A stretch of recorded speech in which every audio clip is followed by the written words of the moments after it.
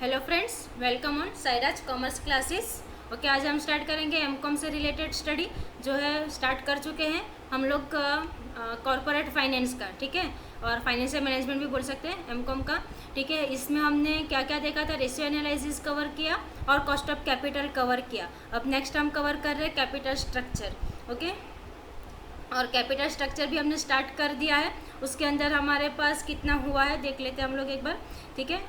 Capital and capitalisation meaning हो गया इसका, कैपिटल स्ट्रक्चर का मीनिंग हो गया, ठीक है। ऑप्टिमम कैपिटल स्ट्रक्चर का मीनिंग हुआ। अब हम देख रहे हैं अप्रोच, ठीक है। अभी आपको मैंने ये लास्ट स्लाइस आपको एक्सप्लेन कर दी थी कि आपके पास कितने टाइप्स के अप्रोचेस रहते हैं। 4 टाइप्स के अप्रोचेस रहते हैं। नेट ऑपरेटिंग इनकम अप्रोच, इसको क्या बोलते हैं हम, NOI अप्रोच। फिर हमारे पास होता है नेट इनकम अप्रोच यानी कि NI अप्रोच। नेक्स्ट हमारे पास ट्रेडिशनल अप्रोच और मोदी-गिलानी मिलर अप्रोच, इसको हम बोलेंगे MM अप्रोच, ठीक है।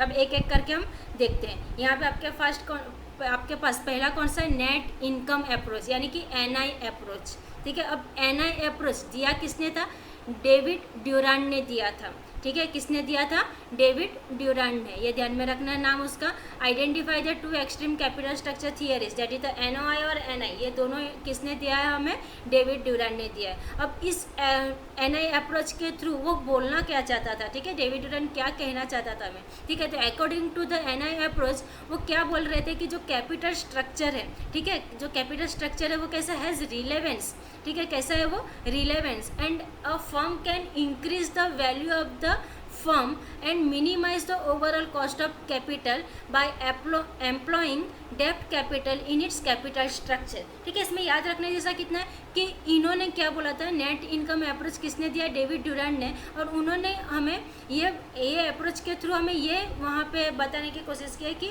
जो हमारी फर्म है वो अपनी value of the firm increase कर सकती है और overall cost of capital minimize कर सकती है, किसके थ्रू, डेप्ट कैपिटल के थ्रू, ठीक है, कैपिटल स्ट्रक्चर के अंदर। अब इसके थ्रू हमें और क्या मालूम पड़ रहा है कि according to this theory greater the डेप्ट कैपिटल, जितना हमारा डेप्ट ज़्यादा रहेगा उतना हमारा लोअर रहेगा क्या, ओवरऑल कॉस्ट ऑफ कैपिटल। क्या बोला है उन्होंने कि अगर हमारा जितना डेप्ट ज़्यादा रहेगा, ठीक है, उतना हमारा कॉस्ट कम आएगा और more shall be the value of the firm, और हमारी जो फर्म की वैल्यू रहेगी वो ज़्यादा रहेगी। कंफ्यूज मत होना, सिंपल है। क्या बोला है, NI अप्रोच किसने दिया, डेविड ड्यूरांड ने।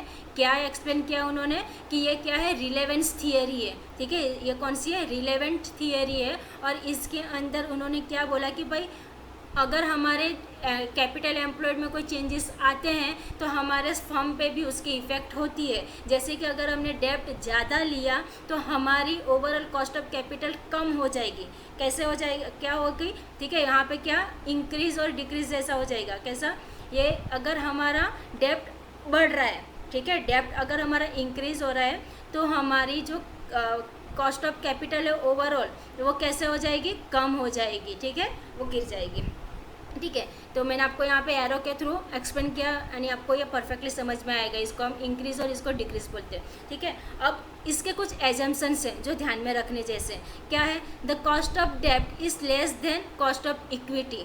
कॉस्ट ऑफ डेप्ट क्या है, कम रहेगी आपकी कॉस्ट ऑफ इक्विटी से। इक्विटी यानी आपके ओनर, और डेप्ट यानी कौन से, जो पब्लिक से हम लेते हैं वो, उसका हम डेप्ट बोलते हैं, और इक्विटी जो आपके ओनर रहेंगे। तो जो एम्प्लॉय रहेंगे अंदर के कंपनी के इंटरनल, ठीक है, तो उनका कॉस्ट ज़्यादा ही रहेगा ऑफकोर्स, और जो बाहर के रहेंगे डेप्ट उनका कॉस्ट कम रहेगा। ये इनका एजप्शन है। सेकेंड क्या है, the risk perception of investor is not affected by the use of डेप्ट। क्या बोला है, जो रिस्क परसेप्शन है इन्वेस्टर का वो अफेक्टेड नहीं होता बाय द यूज़ ऑफ डेप्ट। As a result the equity capitalization rate, इसको हम क्या बोलते हैं, कॉस्ट ऑफ इक्विटी को हम क्या बोलते हैं, KE, ठीक है, एंड द डेप्ट कैपिटलाइजेशन रेट यानी कि KD do not change with the leverage. ये सेकेंड एजप्शन था उनका। और थर्ड एजप्शन क्या था, there are no corporate tax. ये इनका मानना था, किसका, आपके डेविड ड्यूरांड का, NI, ठीक है।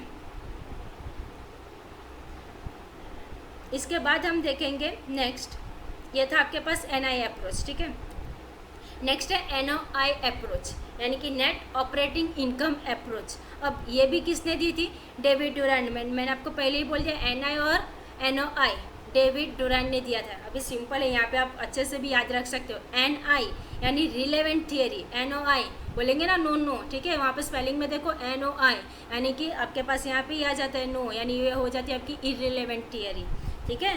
तो इस पे से याद भी रह जाएगा आपको, सिंपल है। The net operating income approach, NOI approach is advocated by, किसने दिया, डेविड डुरान ने। अब ये रिप्रेजेंट क्या करता है, ठीक है, ये रिप्रेजेंट करता है another extreme view of capital structure that the firm doesn't influence cost of capital and value of the firm, ठीक है। आगे बताती हूँ तो आपको क्लियर हो जाएगा। According to the net operating income approach, अब ये NOI अप्रोच क्या बोलती है हमें, वो फर्स्ट कौन सी थी, NI अप्रोच, ठीक है। अभी कौन सी, NOI अप्रोच। ये क्या बोल रहे हैं हमें कि there is no optimal capital structure. मैंने आपको ऑप्टिमल का पूरा ये बताया है, ठीक है, लास्ट लेक्चर में, तो इसको जरूर देख लेना। अब ये क्या बोल रहे हैं हमें NOI कि यहाँ पे there is no optimal capital structure for any firm, कोई भी फर्म के लिए ऑप्टिमल कैपिटल स्ट्रक्चर नहीं है। क्यों, वहाँ पे बोला that is the capital structure is irrelevant for a given firm. क्या बोला इन्होंने, NOI अप्रोच ने, कि इररिलेवेंट है, ठीक है, और NI अप्रोच में रिलेवेंट था। The financial decision do not affect the average of cost of capital of the company and hence the total value of the firm remains unchanged with the change in the debt proportion। Last में क्या था, NI approach में डेप्ट proportion में change आने से आपकी ये भी वैल्यू ऑफ द फर्म भी चेंज होती है, जबकि NOI के अंदर वहाँ पर पहले से लिख दिया है क्या, नो, यानी इसमें कोई चेंजेस नहीं आता है, बस सिंपल तरीका याद रखना है। NI में चेंज होता है, NOI में चेंज नहीं होता है, ठीक है। इस तरह से याद रख सकते हो आप, अनचेंज रहते हैं सब कुछ चीज़, ओके। तो अब इसके भी कुछ एजम्पशन है, वो देख लेते हैं हम। अब एजम्पशन के अंदर फर्स्ट बोला है कि जो जब मार्केट कैपिटलाइज है the value of the firm as a whole, thus the split between डेब्ट and equity is not important, ठीक है। NOI अप्रोच क्या बोलता है कि अगर आपने डेब्ट और इक्विटी के अंदर आपके जो भी वैल्यू ऑफ द फर्म या कैपिटल स्ट्रक्चर को स्प्लिट किया है, वो कोई मायने नहीं रखती है वैल्यू ऑफ द फर्म के लिए, ऐसा NOI अप्रोच का मानना है। फिर the business risk remains constant at every level of डेब्ट और इक्विटी मिक्स, ठीक है। यहाँ पे क्या बोला है कि अगर हमने डेब्ट का पोर्शन कितना लिया, इक्विटी का पोर्शन कितना लिया, इससे हमें हमारे बिजनेस रिस्क पे कोई फ़र्क नहीं पड़ेगा। वो बोल रहे हैं कि बिजनेस रिस्क कैसा रहेगा, सेम रहेगा, remain constant. There are no corporate tax, ये तो दोनों में था, ठीक है, NI में भी और NOI में भी, कि there is no corporate tax. और फिर उसके बाद है द डेब्ट कैपिटलाइजेशन रेट इज़ कांस्टेंट, ठीक है। तो ये आपका था नेट ऑपरेटिंग इनकम अप्रोच। इसके पहले हमने देखा NI अप्रोच। अब बाकी रहेंगे हमारे दो अप्रोचेस जो हम नेक्स्ट लेक्चर में कवर करेंगे, ठीक है। तो आज के लिए इतना। नेक्स्ट है हमारे पास ट्रेडिशनल व्यू वगैरह, वो हम नेक्स्ट लेक्चर के अंदर ये करेंगे, ठीक है, ओके। Thank you. सब्सक्राइब करो और शेयर करो आपके फ्रेंड्स के साथ, और बेल आइकन ज़रूर प्रेस करो ताकि आपको वहाँ पे नोटिफिकेशन मिलते रहे वीडियो की, और अच्छे से अच्छे लेक्चर में आपके लिए ऐसे ही लेते आते रहूँ। Thank you.